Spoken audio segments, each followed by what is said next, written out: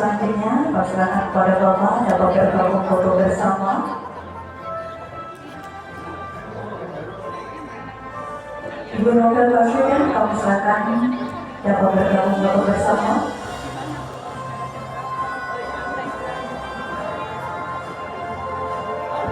Baik, sekali lagi Bapak Ibu kami silakan dapat menghadap ke kamera. Kita hitung 3, 2, 1. Seluruh Amal Ba'du, yang saya hormati Bapak Rektor, Profesor Ahmad Nurmandi, Pak Busro Mokodas sebagai pimpinan Muhammadiyah, para sivitas akademi di Universitas Muhammadiyah Jogja, Bapak Ibu sekalian, para hadirin, termasuk para pimpinan daerah, para guru besar, dan semuanya, termasuk istri saya, Rina Indonesia. Pertama-tama marilah kita selalu panjatkan puji dan syukur kepada Allah Subhanahu wa Ta'ala, Zat yang maha sempurna, sempurna sifatnya, sempurna ciptaannya, sempurna segala pengaturannya, dan sempurna segala takdirnya. Semoga kita selalu memuji untuk merasakan atau mengetahui rahmat dan nikmat yang selalu kita terima. Yang dengan begitu semoga kita menjadi orang-orang yang bersyukur. Salawat dan salam semoga selalu tercurahkan kepada junjungan kita Nabi besar Muhammad SAW beserta keluarganya, sahabat dan para pengikutnya, termasuk kita hingga akhir zaman. Bapak Ibu sekalian, saya tentu sangat bangga dan sangat terhormat atas penghargaan ini. Sebenarnya banyak sekali orang di luar sana yang berjuang untuk kepentingan negeri ini. Saya pernah suatu hari hadir di suatu acara untuk membicarakan terkait dengan masalah hak asasi manusia yang diselenggarakan Komnas HAM. Diminta untuk bicara sebetulnya sebentar aja Bapak Ibu. Tapi ketika saya mendengar peserta-peserta lain yang berbicara terkait dengan perjuangan hak asasi manusia,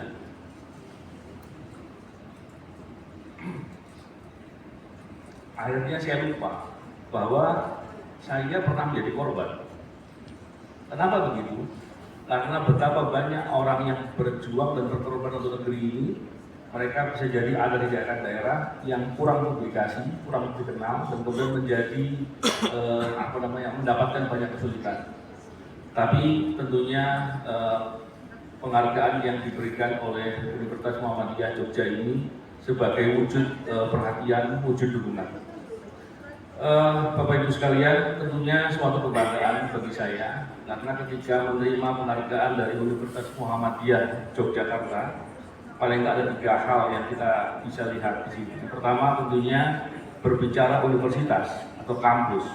Tentu kita sedang berbicara terkait dengan upaya untuk membangun karakter, mencerdaskan, mendidik, dan banyak hal lain lagi. Tentu itu suatu hal yang luar biasa. Dan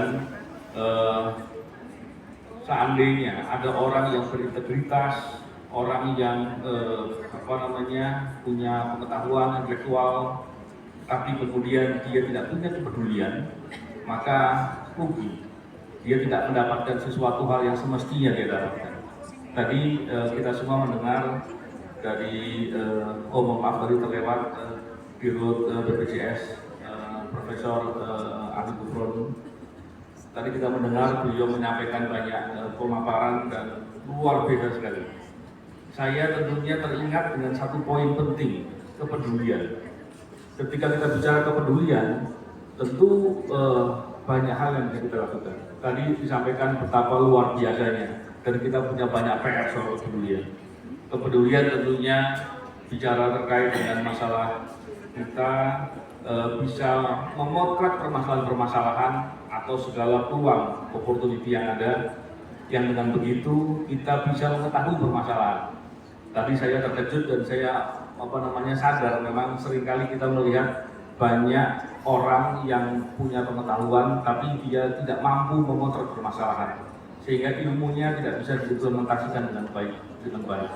Tapi tentunya saya melihat Universitas Muhammadiyah sebagai Yogyakarta sebagai kemajuan yang luar biasa. Yang kedua tentunya ketika kita bicara terkait dengan Muhammadiyah sebagai salah satu ormas Islam terbesar yang punya nilai-nilai kemandirian dan perjuangan luar biasa, dan tentunya Yogyakarta sebagai kota perjuangan dan pendidikan.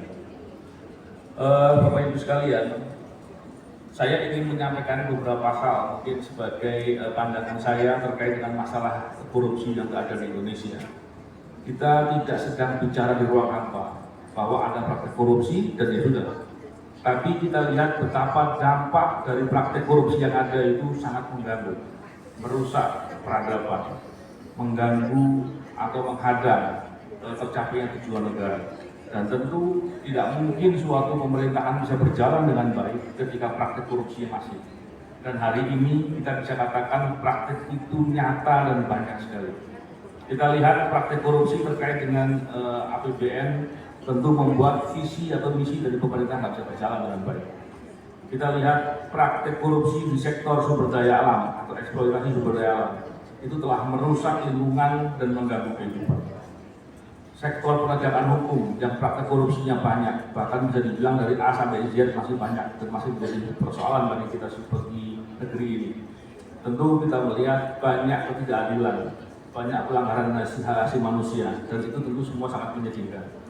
Dan pelayanan umum membuat akses untuk mendapatkan kemudahan bagi masyarakat itu menjadi terkendala. Tadi saya mulai sedikit terkait dengan kepedulian. Tentu kita melihat segala persoalan ini tidak dengan pesimis, tidak membicarakan atau meratap atau melihat sesuatu yang buruk, tapi kita melihat semua hal yang ada itu sebagai sesuatu yang tidak kebetulan. Tadi saya sampaikan terkait dengan Allah tidak mungkin mentakdirkan sesuatu yang salah, tapi yang ada adalah semua yang ada itu menjadi peluang untuk kita semua untuk mau apa tidak peduli, mau apa tidak untuk berbuat sesuatu. Berbuatnya tentunya di bidangnya masing-masing, karena kita punya banyak peluang dan punya banyak sektor yang bisa kita lakukan. Tentu kepedulian ini terkait dengan apakah kita merasa memiliki negeri ini. Kalau kita tidak merasa memiliki negeri ini, bisa jadi kita akan tidak peduli. Tapi ingat, yang tidak peduli pasti rugi sendiri. Dia tidak akan mendapatkan apa-apa karena tidak peduli. Oleh karena itu, saya di banyak kesempatan saya selalu menyampaikan bahwa kepedulian itu bicara kepentingan pribadi. Ketika kita mau peduli, maka tadi saya sampaikan, semoga kita mampu untuk memotret permasalahan dan membuat kita menjadi mampu menggunakan ilmu kita atau pengetahuan kita untuk problem solving. Dengan begitu kita bisa lebih produktif, lebih lebih punya pemikiran dan kreatif dan banyak lagi yang bisa kita lakukan dengan hal tersebut. Bapak Ibu sekalian, seringkali orang peduli itu masalahnya adalah peduli biasanya atau hampir pasti itu mendatangkan suatu kesulitan, mendapatkan kesusahan. Orang nggak mau repot, belum lagi bicara resiko. Orang bicara resiko, maka kemudian pilihannya udah deh, saya mikir diri sendiri saja. Ini kerugian yang begitu besar. Ada 3 hal yang ingin saya sampaikan, semoga saya bisa menyampaikan dengan sesingkat-singkatnya. Bahwa yang pertama, tentunya kita sebagai orang muslim, kita sadar bahwa yang pertama, ketika kita berbuat kebaikan, pada dasarnya kita berbuat kebaikan untuk diri kita sendiri. Kalau kemudian kita berbuat kebaikan dan tidak mau, maka kita akan rugi. Dan yang kedua, tentunya kita tahu bahwa Allah sebagaimana persangkaan hambanya. Kalau kita terus berpikir yang negatif, berpikir yang meratap, berpikir susah, berpikir sulit, maka yang terjadi ratapan, kesulitan, masalah, dan seterusnya. Tapi kalau kita berpikir positif, kita berpikir optimis, kita yakin, setidak-tidaknya menjadi doa dan mendorong semua hal yang kita punya untuk berbuat sesuatu. Nah, seringkali kendalanya adalah ketika kita bicara berbuat kebaikan, resiko dan lainnya. Saya teringat dengan nasihat Rasulullah SAW kepada Abdullah bin Abbas.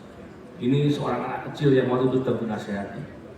Nasihatnya ada beberapa poin, cuma ada poin utama yang saya ingin stressin di situ. Yang pertama, nasihatnya tentunya disampaikan bahwa dalam terjemahan kurang lebih bahwa jagalah Allah, Allah akan menjagamu. Jagalah Allah, Allah akan ada di hadapanmu.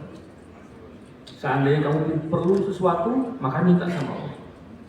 Seandainya kamu perlu pertolongan, minta tolong sama Allah.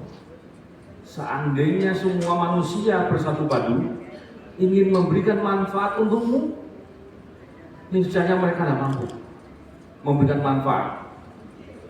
Seandainya semua manusia bersatu padu, semua pembesar, semua orang-orang yang punya kekuasaan bersatu padu ingin mencelakaimu, memberikan madarat untukmu, niscaya mereka juga tidak mampu, kecuali hanya yang telah Allah tetapkan saja.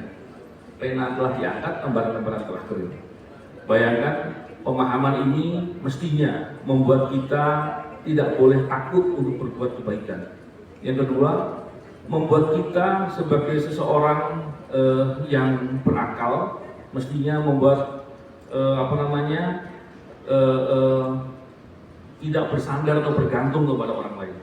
Dengan begitu, semoga kita mau untuk menjadi orang yang peduli, dan banyak persoalan-persoalan diantaranya tadi yang disampaikan oleh Prof. Ali Gufron luar biasa sekali, dan banyak sektor-sektor lain yang bisa kita lakukan.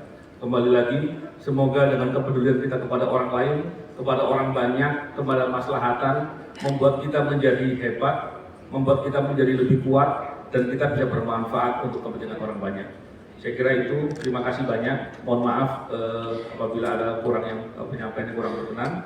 Wabillahi taufiq wal hidayah. Assalamualaikum warahmatullahi wabarakatuh.